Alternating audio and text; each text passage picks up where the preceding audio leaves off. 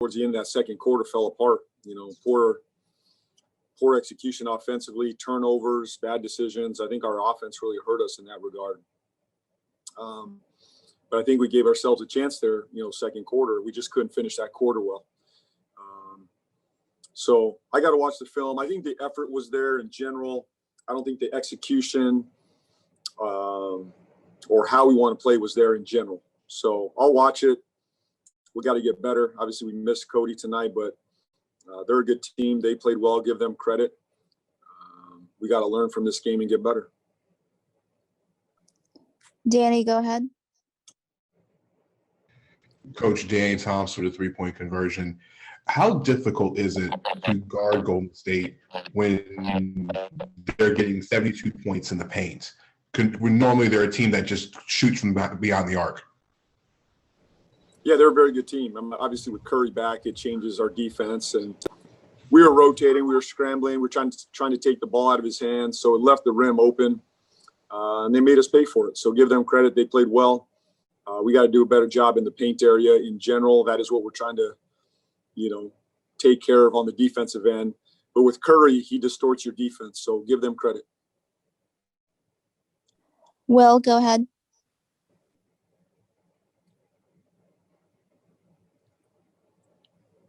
JB, how do you harness your team's aggression to the point where, obviously, when you think about trying to be aggressive, at what point does it become reckless, and how do you go about trying to harness that? Well, you got to be aggressive on Curry, or you can play one-on-one on Curry.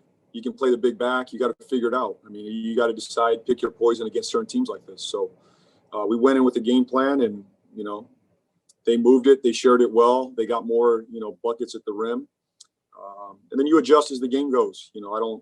We tried a few different things, and we just couldn't get them under control in general. But we'll look at the film. We'll get better. It's not a defense we typically play. Against certain point guards, we're not that aggressive, but tonight we were, and we just got to learn from it. Richard Walker. Richard Walker, CarolinaSportsHub.com. Coach, you started with a small ball lineup. Was that reflective of what you anticipated Golden State doing, or a chance to kind of make the bench stronger by starting Cody and leaving Miles coming off the bench? Yeah, it was leaving the bench intact. That's all it was. Give Cody some minutes, and I thought Cody played well. He deserved minutes, kept our bench intact, and that was the reason. Rod Boone. Hey, JB, you mentioned keeping the bench intact. With Malik scoring 25 points leading the team tonight, just what have you seen from him playing within himself, especially the last few games, to kind of go out there and score the ball the way he has efficiently lately? Yeah, I think he's been aggressive offensively. Obviously, he can get his own shot. He's making threes. He's attacking closeouts. He's playing in transition. So that's big for our bench, to have that scoring punch or that offense coming off the bench with Miles. And, typically those two play well together. I think Jalen's played well in general off the bench. So for us to win and have success, we're going to have our bench. And when we've played well, our bench has played well. Obviously, not having Zeller tonight changes a little bit of our rotations, but hopefully we get him back soon. But, yeah, Monk was good tonight. I thought Jalen had some good minutes. I thought Miles was productive tonight. What up, world? This your girl, Pure Beauty, Rare Heart, back at you live with another video. Today, I really gotta speak my mind about this post-game interview and this question asked on behalf of Mike. I'm just really upset. It was the last question for last night's post-game interview with James Borrego after the devastating loss to Golden State. Now, I'm gonna be honest, I didn't think they were gonna sweep them or anything, but I can say in the same breath that Lamelo Ball gave his all. Like, he could do much better. Yes, we know this, but me being the person that's been following this, since the beginning, I see everything for what it is. And I'm noticing how Lamelo Ball is being pushed to be a team player. And that is what he is going to do. So people can stop saying he passes the ball too much and all of that mess, because if he wouldn't pass the ball, then they will be saying that he's hogging it. Okay? You got to understand, these are the same people that you can never please. And it's okay. But to spew this type of rhetoric that Mike spewed last night when he asked that question, he had the audacity to literally start the question by saying that he was not trying to be disrespectful. But in the same breath, disrespected Lamelo. I mean, it's ridiculous. Even with him passing the ball as much as he did last night, he still damn near got a triple-double. And if you ask me, from me watching the game from the start to the end, I don't just look at the stats. I watch these games. I seen that right when Lamelo was hitting his peak, James Borrego happened. It always happened. He sat him down to let him, quote-unquote, cool off, yada, yada, yada. For whatever the reason may be, he sat him out, I believe, not even that. Maybe it was like 8 or 9 minutes into the fourth quarter. He sat him down for like 3 or 4 minutes. And I don't care what anybody says, those 3 or 4 minutes mean so much, because when he put him back in with only 4 or 5 minutes to go, when he put them back in, it made a big difference. And then they ended up losing the game only by 6-7 points.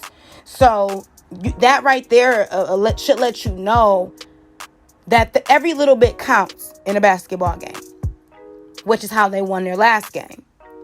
But I'm going to say this, and I'm going to keep on saying this. Anytime the Hornets they're on a good winning streak of at least 2 games in a row, James Borrego happens. Just let it be known. I'm telling y'all this, and I'm going to keep on saying it. And whether y'all choose to pay attention to it and do your own experiments and research on your own, that's up to you. But all you got to do is pay attention. Whenever they're on a winning streak, James Borrego happens. Lately, it's been a lot of injuries. So James is in his feelings, because certain players that he wants to play, he can't. And we know this. But I am not going to get on him too much, because he did stand up for Lamelo here, okay? And I am proud of that, because I wasn't expecting, that. When I heard the question that Mike asked, I just knew that James was going to take it and run with it. But he didn't. So I'm going to let up off of him a little bit. I'm not going to come down on him too hard. But I will say this. I'm so sick of him jittering his doggone mouth and chewing on the inside his mouth, whatever the hell he be doing, while he's getting asked these questions. Like, dude, chill. You're on camera. You be looking like a gerbil or something sometimes, like with your mouth, like you're eating food or something. I don't know. It's really irritating, but I'm not going to get on him too much, because like I said, he did stand up for Lamelo. So I just did not feel right just posting this without, for one, I always watch these interviews before I post them. That's why it takes me a little bit longer to post them. I don't like just throwing things out there. But I didn't want to just post this interview without my voiceover, because I'm not accepting this anymore. I'm sick of the rhetoric that the media is trying to spew about LaMelo Ball. If they're not trying to paint him in a bad picture, paint him in a bad light as a bad player, or like he's struggling, then they're trying to create chaos and dismantle him team-wise. And I'm not okay with it. And I've decided that I want to use my platform to call these people out on that. Okay? So Mike, we're on your ass, all right? And the people need to see you in court. You've got to be seen before the judge, because we are summoning you. Because this rhetoric that you're trying to spew is what we're not going to do. Okay? And the people are livid. Because if I'm livid, I know the people are. Okay? And I'm going to let them listen to this so they can hear your mess. Okay? And when y'all are done listening to this, I want y'all to drop down in the comments. Let me know how you feel about it. We'll go back to Mike. Thanks, Maggie. Coach, we've talked a lot about the way LaMelo has played and his development, but when he puts up 22 with 7 and 6, is it starting to feel, and I mean this with all due respect, is it starting to feel like those numbers are a little pedestrian for him, because his growth is just it seems like it's just on a huge trajectory. I think Lamelo's playing well. You know, he's impacting the game, and look, I see his imprint all over the game. He's getting better every single night. And it's less about the numbers are impressive, but I like the way he's playing. You know, he's trying to play the right way. He's getting better. He's making winning plays. Obviously, I got to watch the film tonight and see where we can improve as a group. But, you know, this is what we should, get accustomed to seeing out of Lamelo. But, whatever the defense gives him, he's got to take. He can't press. And I think he's doing that in general. So, and he's 19 years old, which is a good thing. He's 19 years old, having this sort of impact on our team and on the league in general. So, good for the Hornets.